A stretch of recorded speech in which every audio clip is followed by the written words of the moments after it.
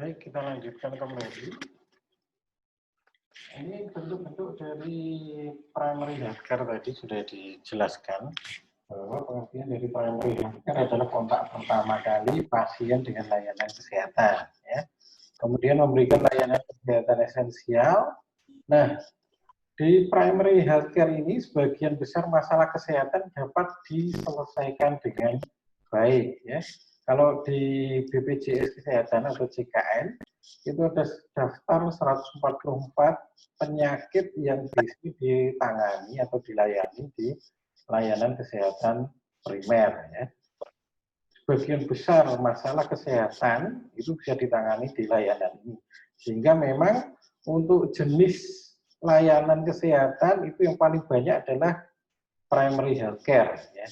Jadi di tatanan Pratama ini yang paling banyak, ya. Jadi dari puskesmas, klinik, praktek mandiri tenaga kesehatan, ya, dokter, fisioterapi, perawat, bidan, dan lain-lain. Ini yang paling banyak memberikan layanan. Kemudian layanan lebih dekat dengan masyarakat, ya. Layanan lebih dekat dengan masyarakat. Kenapa? Karena jumlahnya banyak, sehingga ya mestinya bisa memberikan sebanyak mungkin layanan kepada masyarakat. Kemudian diberikan layanan yang diberikan oleh vaskes primer, ya, puskesmas, klinik pertama, praktek mandiri. Ini yang memberikan layanan. Nah, di atas primary healthcare itu akan ada secondary healthcare. Jadi, layanan kesehatan tingkat lanjut pertama, ya, level rujukan tingkat pertama. Kalau ada orang sakit, kemudian mendapatkan layanan di puskesmas, ya, puskesmas menangani tetapi tidak membaik, maka puskesmas akan merujuk di rujukan tingkat pertama. Ya. Di situ bisa menangani masalah kesehatan yang lebih kompleks dibandingkan di layanan pertama tadi. Ya. Tindakannya tindakan kuratif, ya, jadi rumah sakit. Bentuknya rumah sakit, dan rumah sakit itu tidak punya kewajiban UKBM, tetapi lebih ke UKP, yaitu layanan kuratif lanjutan yang tidak bisa diselesaikan di puskesmas. Nah, bentuk dari secondary healthcare ini ada rumah sakit tipe D, tipe C maupun tipe B yang dilakukan secara berjenjang, ya. Kalau ada orang sakit, kemudian dari puskesmas atau dokter praktek, ya, atau klinik, maka akan dirujuk ke rumah sakit tipe D dan C. Ini jenjang pertama, tidak bisa lompat langsung ke B, ya, menggunakan BPJS, ya. Jadi kalau menggunakan BPJS kesehatan, maka pasien itu tidak bisa minta, ya, request untuk dilayani di rumah sakit mana, tetapi dirujuk secara berjenjang ke tipe D atau C. D dan C ini bisa bersamaan. Dalam artian, saya pengen yang rumah sakit tipe C itu bisa, ya, karena dianggap level. Ya. Nah, kalau dari rumah sakit tipe D atau tipe C ini tidak bisa menangani karena keterbatasan SDM dokter spesialisnya, atau juga sarana prasarananya, maka bisa dirujuk ke rumah sakit tipe B, ya, sebagai jenjang berikutnya atau level rujukan kedua, ya. Mohon maaf ini masih digabung karena ini yang untuk yang terbaru itu dari DC kemudian naik ke tipe B, ya. Dari tipe B, jika tidak bisa ditangani, baru ke jenjang rujukan terakhir, yaitu tingkat rumah sakit tipe A. Ya. Sehingga pasien yang sakit itu jelas dia akan dirujuk kemana pertama kali. Ya. Kecuali kasus-kasus kegawat daruratan. Ya. Kalau kegawat daruratan itu bisa langsung dari puskesmas ke tipe B atau tipe A, di mana layanannya lebih dekat. Misalkan ada kecelakaan yang membutuhkan layanan lebih cepat atau serangan jantung lah, kalau kecelakaan kan ditanggung Jasara Harja, yang ditanggung BPJS misalkan serangan jantung. Nah, serangan jantung itu termasuk kegawat daruratan, ya, itu tidak perlu minta rujukan ke rumah sakit tipe C atau D, langsung aja bawa ke rumah sakit terdekat. Misalkan yang terdekat adalah RSUD kota, ya, RSUD kota. Maka tidak perlu dibawa ke puskesmas dulu, langsung saja yang terdekat ke rumah sakit. Itu bisa, tetapi di luar kegawat daruratan, maka rujukannya berjenjang. Nah, ini jenjang yang paling tinggi yaitu tertiary healthcare, jadi rumah sakit yang paling tinggi ya, di tingkat regional atau pusat. Kalau di Jogja ada Sarjito, ya, kalau di Jakarta ada Cipto Mangunkusumo. Ini rumah sakit rujukan pusat. Tidak bisa orang batuk atau pilek biasa langsung ke Sarjito pakai BPJS, ya. Dia harus ke puskesmas dulu atau klinik dulu, baru kalau tidak bisa ditangani karena jenis penyakit batuknya ya bukan batuk biasa, maka dirujuk ke rumah sakit tipe C atau D, ya, baru selanjutnya sampai di rumah sakit pusat. Ya. Ini rujukan terakhir.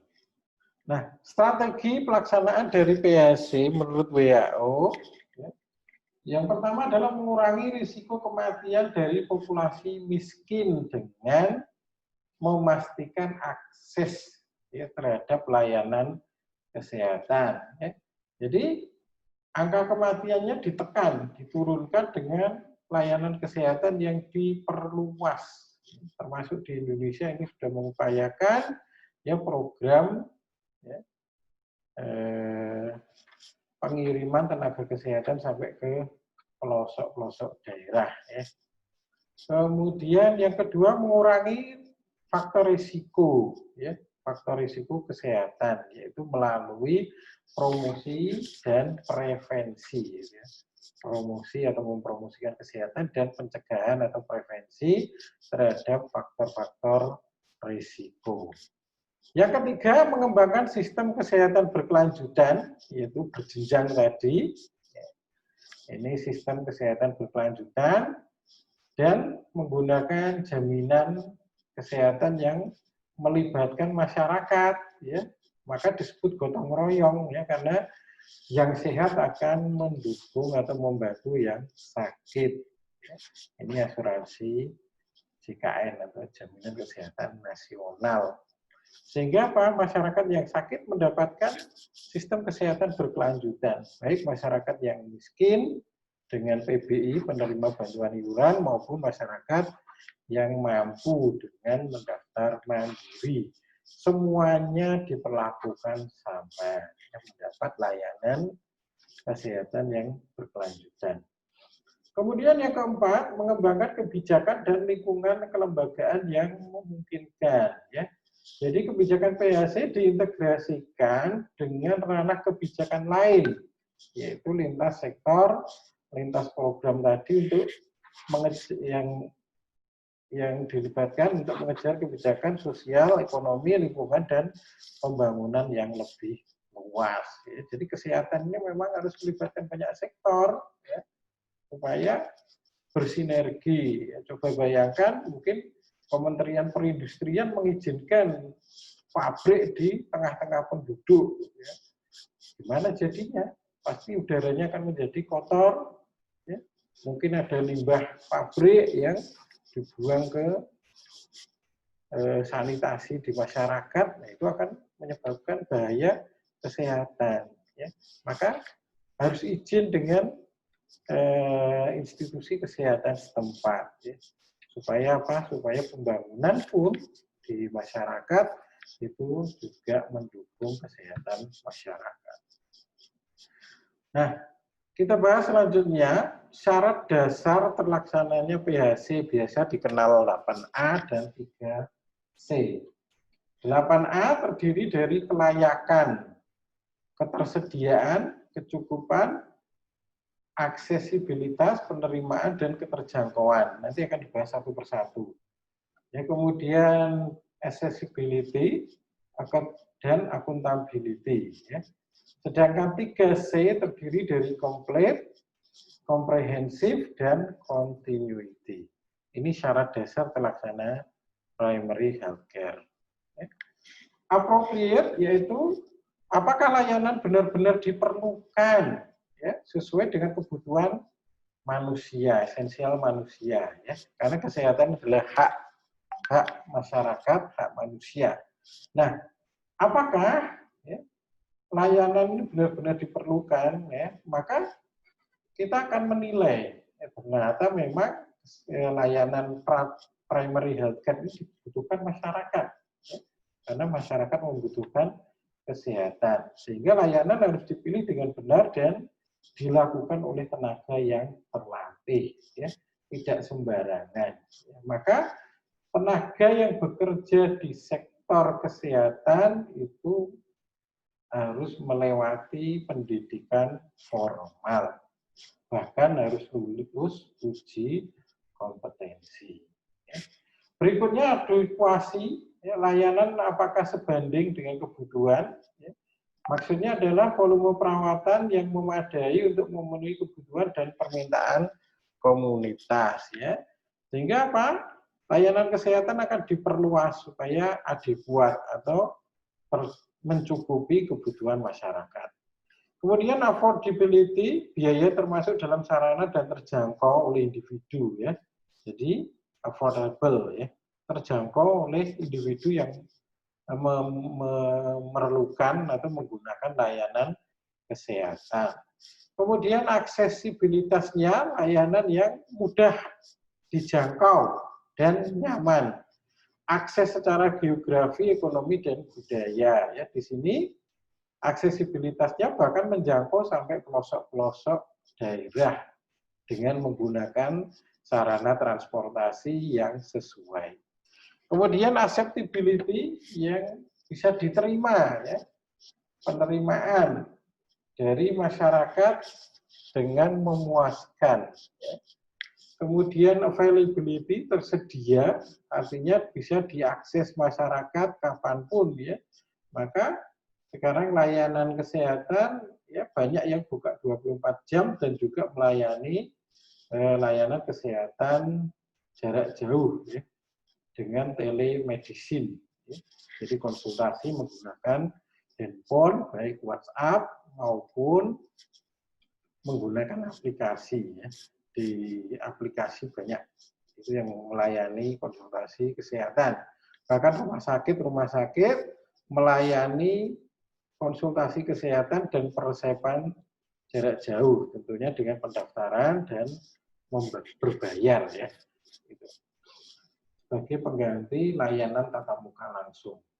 Kemudian accessibility, kemampuan untuk diakses ya, diakses itu dinilai ya, bahwa kesehatan harus dapat dievaluasi apakah layanan kesehatan tersebut bermutu atau tidak ya.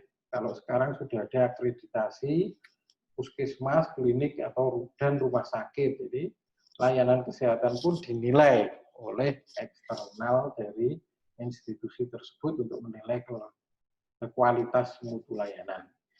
Kemudian accountability ya.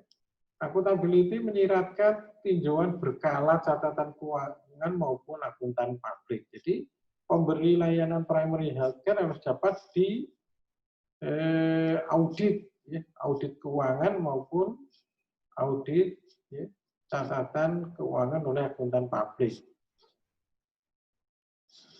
Nah, sedangkan 3C, ya, yang pertama adalah completeness. Ya, layanan yang diberikan harus ya, komprehensif, komplit, kemudian komprehensif dan berkelanjutan. Ya. Komplit tadi lengkap bahwa pasien itu harus dilihat dari semua aspek medis, pencegahan, deteksi dini, diagnosis, perawatan, tindak lanjut maupun rehabilitasi. Ya. Sedangkan komprehensif ya, dilihat secara keseluruhan, ya, baik fisik maupun mental, ya, dan juga keluarganya dan masyarakatnya. Ini di sudut pandang komprehensif. Sedangkan continuity yaitu berkesinambungan, ya. Layanan kesehatan itu harus diberikan secara berkesinambungan dari layanan primer sampai tersieri care, ya, layanan tersier. Nah, terakhir, apa peran tenaga kesehatan dalam layanan kesehatan primer? Jadi peran dari tenaga kesehatan yang pertama adalah mendorong peran aktif masyarakat. Karena prinsip dari PHC tadi adalah melibatkan kemandirian dan keterlibatan masyarakat. Maka kita sebagai tenaga kesehatan harus mendorong peran aktif, ya, melalui pemberdayaan masyarakat, ya, proses kelompok, ya, maupun pembentukan kader-kader kesehatan yang ada di masyarakat. Yang kedua, mengajarkan konsep kesehatan dasar dan teknik asuhan kesehatan atau keperawatan masyarakat. Jadi kita mengedukasi supaya masyarakat meningkat pengetahuannya tentang kesehatan, ya, terutama PHBS, ya, perilaku hidup bersih dan sehat. Memberikan bimbingan dan dukungan, ya. Jadi ada tenaga-tenaga kesehatan yang bertanggung jawab untuk membina, ya, membina masyarakat. Ya, biasa disebut desa binaan, ya, desa binaan puskesmas. Kemudian mengkoordinasikan kegiatan pengembangan, ya, kegiatan pengembangan kesehatan masyarakat, ya, bersama dengan masyarakat membuat program kerja, ya, program kerja di masyarakat seperti gotong royong, kemudian bisa kerja bakti, ya, pemeriksaan kesehatan pada saat kegiatan posyandu, posbindu, ya, dan lain-lain. Membina kerjasama dengan masyarakat, keluarga, dan individu, kerjasama lintas program. Lintas program itu bekerja sama dengan institusi lain yang memiliki program yang memiliki kemiripan atau sama. Kita bisa bekerja sama dengan kelurahan, misalkan program, mereka punya program, puskesmas punya program, maka disinkronkan program tersebut. Dan yang terakhir adalah lintas sektor, ini institusinya. Jadi puskesmas dengan polsek, puskesmas dengan kelurahan dari sisi institusinya. Maka lintas di sini bisa lintas program maupun lintas sektoral, ya. Terakhir kesimpulannya adalah pelayanan kesehatan primer merupakan pendekatan yang berfokus pada orang, bukan penyakit, ya. Mempertimbangkan semua faktor penentu kesehatan. Perawatan yang dilakukan harus terintegrasi, ya. Maka di sini ada kontinuitas dan jenjang pelayanan kesehatan. Menggunakan sumber daya, ya, membentuk dasar tingkat sistem kesehatan lainnya, mengatasi masalah yang paling penting di masyarakat dengan promotif, preventif, kuratif, dan rehabilitatif, serta mengatur penyebaran sumber daya yang bertujuan untuk mempromosikan dan menjaga kesehatan. Ya. Terima kasih. Ini untuk materi yang bisa disampaikan pada siang hari ini.